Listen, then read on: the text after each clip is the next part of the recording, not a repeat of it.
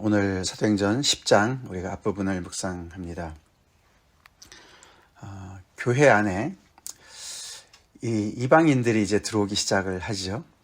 그동안에도 사실 이방인이 예수님을 믿게 된 사건은 한 번 있었습니다. 8장에서 빌립이 그 에디오피아 내시를 만나서 그때도 하나님께서 개입하셔서 그들의 만남을 주선해서 에디오피아 내시가 성경을 읽는 것을, 이사야서 말씀을 읽는 것을 도와줘서 그가 그 찔린 사람이 누군지, 그 선지자가 누군지 설명을 들으면서 예수님을 알게 되지 않았습니까? 그런 사건이 있었지만 이제 드디어 10장에 들어와서 이제 고넬료라는 한 사람, 그 모든 가족들과 그 옆에 친구들이 어떻게 그 교회 안으로 들어왔는지, 아까 그 에디오피아 내시아는 자기 그렇게 침례를 받고서 자기 나라로 가지 않았습니까? 그래서 그 문제는 그렇게 이제 마무리가 되었지만, 오늘 이제 이 고넬료는 이제 정말 이 초대교회의 이방인들이 어떻게 교회 안으로, 교회의 일원으로 들어오게 되었는가, 그 엄청나게 중요한 이제 그런 그 어떤 기점을 보여주고 있지 않습니까? 그게 이제 그 고넬료와 그 가족이 어떻게 침례를 받고 성령을 받고 다른 유대인들과 똑같이 그렇게 하나님의 백성으로서 교회의 한 일원으로 들어오게 됐는가. 그 앞에 이제 가장 앞장서서 쓰임받은 사람이 베드로죠. 베드로입니다. 오늘 본문이 이제 그 둘이 어떻게 만나게 되었는가, 그 과정을 설명하는 본문입니다. 이 사건은 너무너무 중요한 사건이기 때문에 사실 이제 사울의 회심의 어떤 그 중요성도 있었죠. 그 사건도 다메섹 도상에서의 그 사건 또 엄청나게 중요했는데 거기에 못지않게 그렇게 중요한 이 사건입니다. 초대교회의 이방인들이 어떻게 정말 침례도 받지 않고 할례도 받지 않고, 그렇죠, 어떻게 그들이 교회의 일원이 되었을까? 이 문제는 나중에 이제 우리가 15장에 가면은 이 예루살렘에서 교회 그 리더들이 모이지 않습니까? 처음 그 예루살렘 회의를 하게 되는데 그때 아주 중요한 그런 그 사건으로 이렇게 또 거론이 되는 그런 사건이죠. 전적인 하나님의 개입으로 이 만남이 주선이 되는 것을 오늘 보게 됩니다. 하나님께서 정말 이 하나님의 그 백성들, 사도들을 중심으로 한 예수님의 제자들도 그때 성령의 충만함을 받고 여기저기서 굉장히 바쁘게 움직였지만 하나님도 굉장히 바쁘게 일하시죠. 천사들을 보내셔서 고넬료도 준비시키시고 또 베드로도 준비시키시고, 그렇게 해서 그 두 사람을 만날 수 있도록 하나님께서 역사하십니다. 복음은 항상 오늘 우리가 본문을 또 보지만 참 우리의 그 나만의 세계를 이렇게 뛰어넘도록 늘 우리를 성장하도록 우리를 이끌어 가시죠. 특별히 우리가 베드로를 보게 됩니다. 특별히 어저께 우리가 베드로가 그 참 그 예루살렘에서의 그 남쪽 지방, 아니죠, 예루살렘이 서쪽 지방에 룻다랑 욥바라는 곳에 가서 정말 예수님의 그런 그 정말 능력으로 예수님께서 하시던 일을 마치 그렇게 그 사역을 그렇게 감당했습니다. 룻다에서는 정말 8년 동안 중풍병으로 고생한 사람을 고치지 않았나. 욥바에서는 심지어는 정말 죽은 그런 여제자 다비다를 살리는 그런 엄청난 사건을 이렇게 정말 직접 경험했어요. 그러고 무슨 일인지 하여튼 욥바에 계속 있었습니다. 그렇죠? 거기에 무두장이 시몬의 집에서 이렇게 머물고 있었는데 아마도 하나님의 어떤 그런 다음 어떤 그 하나님의 인도하심을 기다리면서 이렇게 시간을 보내고 기도하고 있었던 것 같죠. 사실 그 정도면은 정말 뭐 예수님께서 하시던 일을 할 정도니까 정말 베드로의 그 정말 그 욥바에서 특별히 사람들이 베드로를 보는 그 시선이 얼마나 정말 대단했겠습니까? 와, 정말 하나님의 그런 능력을 입어서 예수님의 그런 정말 수석 제자답게 예수님이 하시던 일을 하는구나. 정말 너무너무 이렇게 존경하는 그런 사람으로서 인정을 받았지 않았겠어요? 근데 그런 베드로가 여전히 배울 게 있고 또 새로운 세계를 경험하게 되는 거예요. 그렇죠? 그때는 하나님의 능력으로 그가 뭔가를 했다면 이제 이 10장에 와서는 이제 고넬료의 이 가족을 만나는 데는 베드로가 그의 생각을 넓혀야 됐습니다. 그렇죠? 그의 사고의 틀을 넓혀야 됐는데 그게 만만치 않았어요. 사실 이 유대교 이제 그 예수님의 그 복음이 시작되기 전에 그 구약의 말씀을 계속 이어가는 그런 유대교, 그 유대교의 입장에서는 이방인들이 어떻게 이제 이 유대교 안으로 들어왔을까?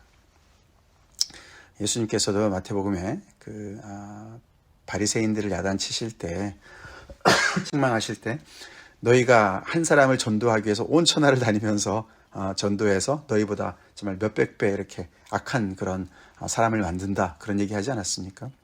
그래서 이 유대인들도 굉장히 전도를 많이 했던 것 같습니다. 유대교를 전파하는 일에. 그래서 오늘도 이제 우리가 고넬료를 보지만 이 고넬료가 로마 장교 아닙니까? 그죠? 백부장, 이달리아 부대의 군대 백부장이다. 근데 그 사람이 하나님을 경외하는 사람이었어요. 자기뿐만 아니라 온 집안이. 그래서 그 이방인들 중에 유대교에 대해서 굉장히 호감을 가지고 그 가르침을 이렇게 따르는 사람들이 생겨나는 것이죠. 특별히 이제 유대교에서 가르치는 그런 유일신 사상, 그리고 그들이 정말 이렇게 정함과 부정함을 이렇게 구별을 가지고 굉장히 이렇게 도덕적으로 그 기준이 높은 것을 많이 이렇게 점수를 많이 줬다 그럽니다. 그래서 그 유대교에 관심을 많이 가진 그런 이방인들이 많이 있었다 그래요. 그래서 그 사람들이 이제 하나님을 경외하는 자다, God fearer다, 이렇게 이제 얘기하지 않습니까? 근데 그런 사람들이 있었던 것이죠.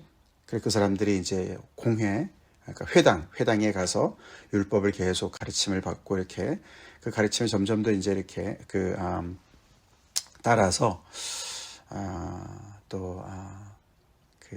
이게 고넬료처럼 하나님께 기도도 하고 하나님께 예배도 하고 또 하나님의 말씀 따라 또 구제도 하고 이런 일들을 하는 거죠.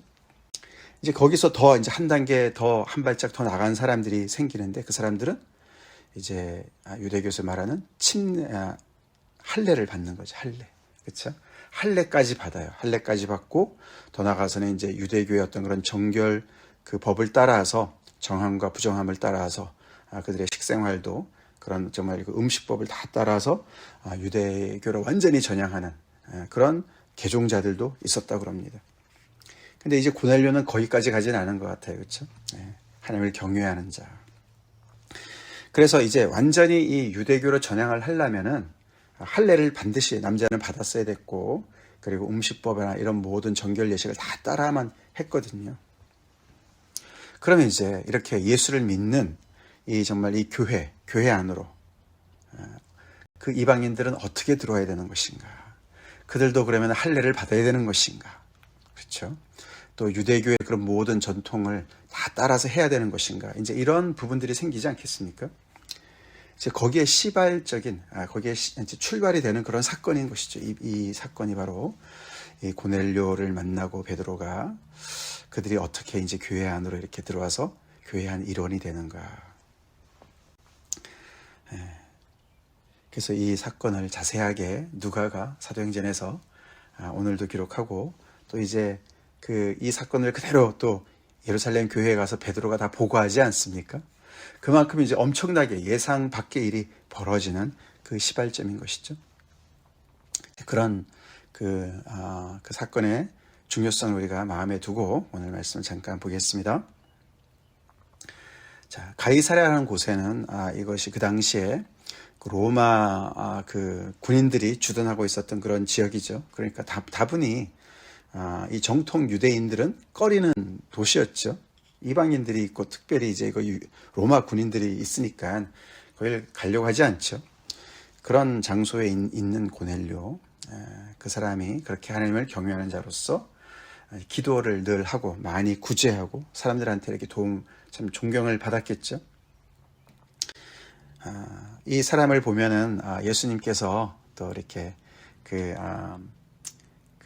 로마 백부장 그 종을 고친 사건이 있지 않았습니까? 그렇죠? 가버나움에 계실 때 한 백부장이 예수님께 나와서 자기 하인의 중풍병을 고쳐주세요. 그랬던 사건. 그때 예수님께서 정말 그 사람의 그 요청을 들어주셔서 정말 가려고 하셨는데 그 사람이 자기 집에 오는 걸 자기는 감당할 수가 없습니다. 그러면서 그냥 명령만 하시면 제 하인이 낫겠습니다. 그때 예수님께서 너무나 정말 그 믿음이 큰 것을 보고 놀라시면서 내가 이스라엘 중에 아무도 이만한 믿음을 정말 만나본 적이 없다. 그래서 칭찬하지 않으셨어요? 그 사건이 기억이 납니다. 그렇죠? 생각이 나는데 이 사람은 이제 그 가이사랴에 있는 백부장이었죠. 고넬료는.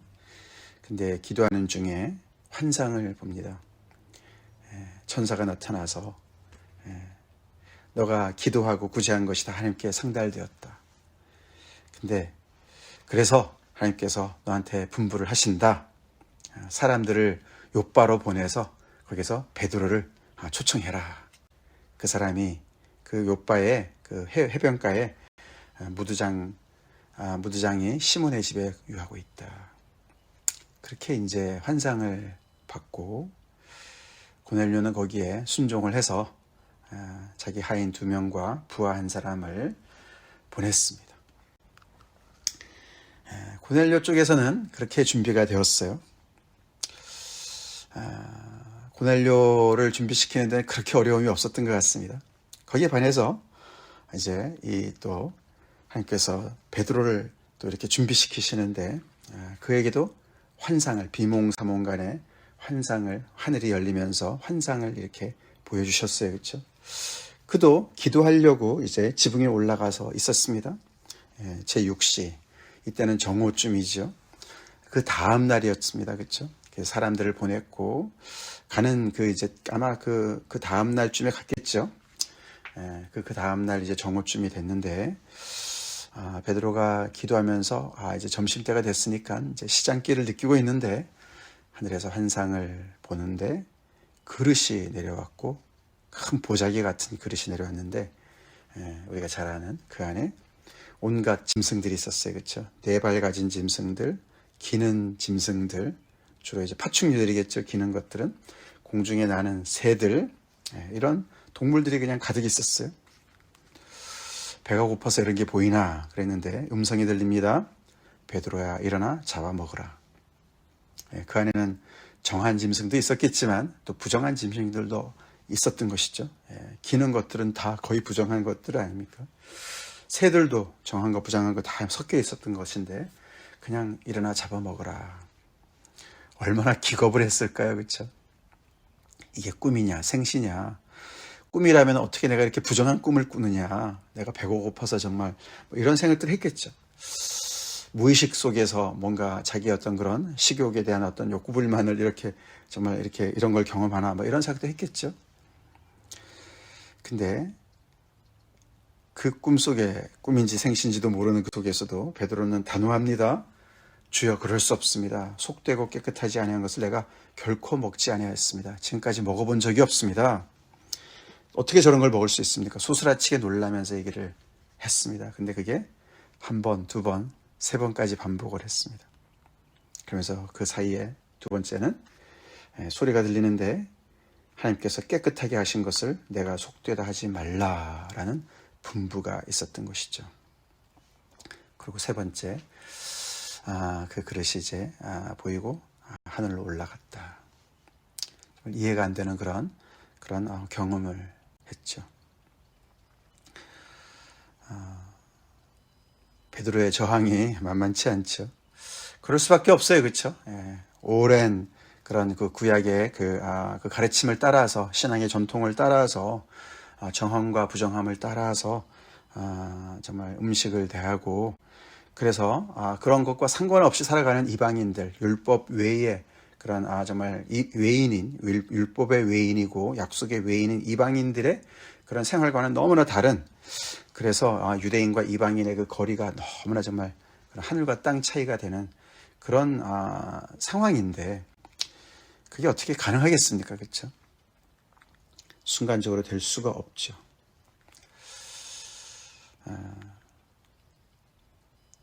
근데 하나님께서 그 교회에 어떻게 보면 가장 정말 그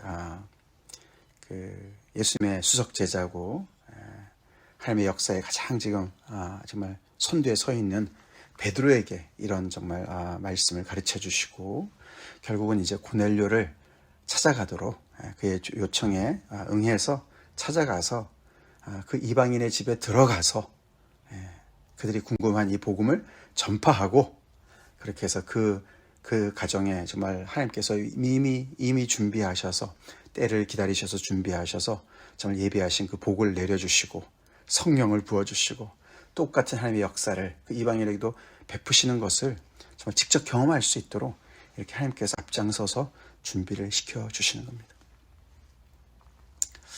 그런 도움이 있었기 때문에 베드로가 거기까지 간 줄로 믿습니다. 오늘 이 말씀을 보면 참 흥미롭죠. 고넬료에게 복음이 닿도록 하시기 위해서 천사도 보내주시지만 복음은 베드로를 통해서 전달이 됩니다. 천사도 흠모하는 일이 복음을 전파하는 일이죠. 사람을 사용하시는 하나님이시죠. 하나님께서 직접 하지 않으세요. 그렇죠? 천사를 통해서 가르쳐 주지도 않으세요. 이렇게 하나님의 놀라운 그 복음이 이제 이방인의 어떤 그런 새로운 경계로 이렇게 정말 이렇게 확장되는 됨에 있어서 하나님께서 베드로를 사용하시는 겁니다. 그래서 이 온 교회가 예루살렘 교회가 베드로가 직접 경험하고 자기도 정말 어떻게 도저히 상상도 못했던 일들을 자기도 정말 전혀 정말 이렇게 내키지 않는 일을 하나님께서 이렇게 강력하게 이끄셔서 자기가 한 것이다라고 얘기를 해야만 그들이 받아들일 수 있는 그런 사건들이었습니다. 그만큼 복음은 우리의 생각의 틀을 넘어가도록 계속해서 우리를 도전하고 우리를 이끌어가는 힘이 있죠? 힘이 있습니다. 거기에 이제 베드로를 사용하시는 걸 보게 되고 또 이 고넬료라는 이 한 사람, 하나님을 경외하는 이 한 사람의 그런 평상시 하나님을 향한 그런 기도와 신앙과 또 구제와 이런 것들을 또 사용하셔서 하나님께서 이 교회, 정말 이 복음, 예수의 복음이 하나님의 나라가 정말 이 이방인의 그런 영역에도 이렇게 정말 진입할 수 있도록 그렇게 하나님께서 정말 모든 것을 배려하시는 것을 보게 된다는 것이죠.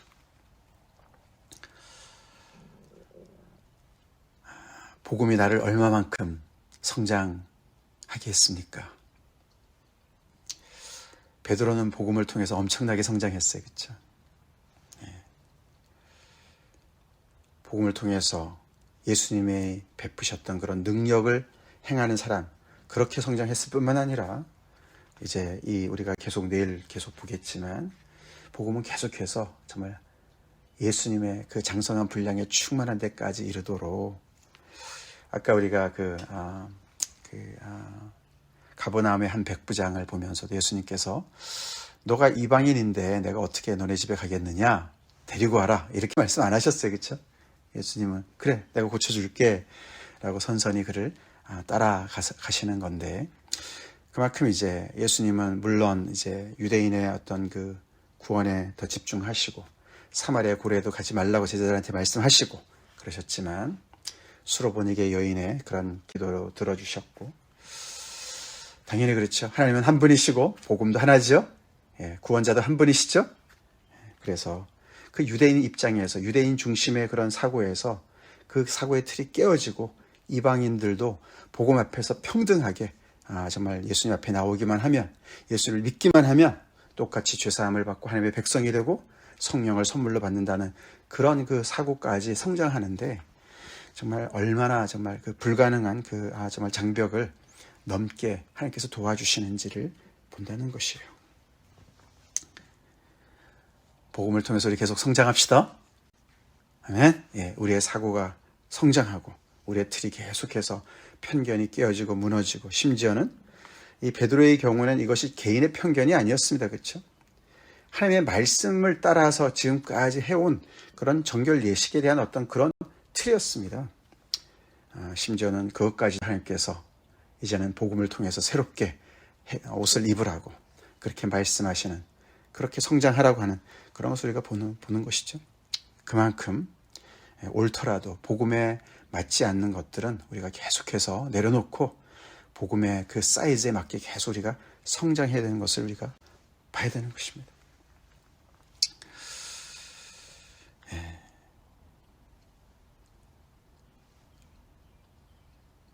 이런 만남을 우리가 디바인 인카운터다, 하나님께서 주선해서 만나게 된 그런 만남이다라고 얘기할 수가 있습니다.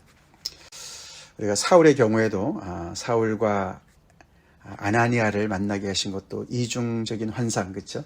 사울에게도 환상을 보여주시고 아나니아에게도 보여주셔서 그들을 만나게 하신 것처럼 오늘 이제 고넬료와 베드로에게도 똑같이 이렇게 이중적으로 역사하셔서 주선을 하십니다.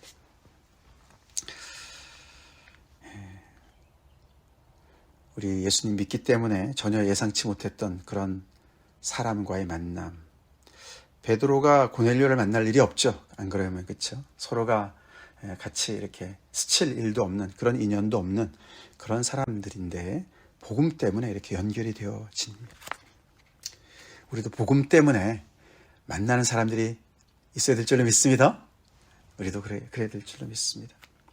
내가 평상시 나의 생각으로 내 어떤 삶의 그런 어떤 그 바운더리 안에서는 만나지지 않을 사람인데 기도 중에 하나님의 인도하심 중에 어떤 사람을 만나게 되고 그 사람에게 복음을 전파하게 되고, 이런 정말 우리 생각을 뛰어넘고 우리 어떤 그런 정말 그런 삶의 그런 패턴을 뛰어넘는 그런 일들이 우리 삶 가운데 왕왕 있어야 될 줄로 믿습니다. 우리 그렇게 하나님 앞에 깨어있고 기도하고 또 더 계속해서 우리가 그리스도의 장성한 분량에 충만한 데까지 주님, 저 성장하기 원합니다. 지금까지도 저를 많이 인도해 주셨지만 저의 생각과 저의 틀을 넘도록 저를 이끌어 주셨지만 계속해서 제가 복음을 따라서 정말 제가 그렇지 않으면 경험치 못할 일들을 계속 경험할 수 있도록 그런 사람들과의 만남도 넓어지고 경험도 넓어지고 그렇게 계속 성장할 수 있도록 주님 인도해 주세요. 우리 교회를 그렇게 인도해 주십시오라고 기도합시다. 같이 기도하겠습니다. 감사합니다. 계속되는 베드로의 참 복음을 따라 동행하며 성장하는 모습을 보게 하시니 감사합니다. 주님, 저희도 계속 우리를 이끄시는 성령님을 따라서 계속 성장하기 원합니다.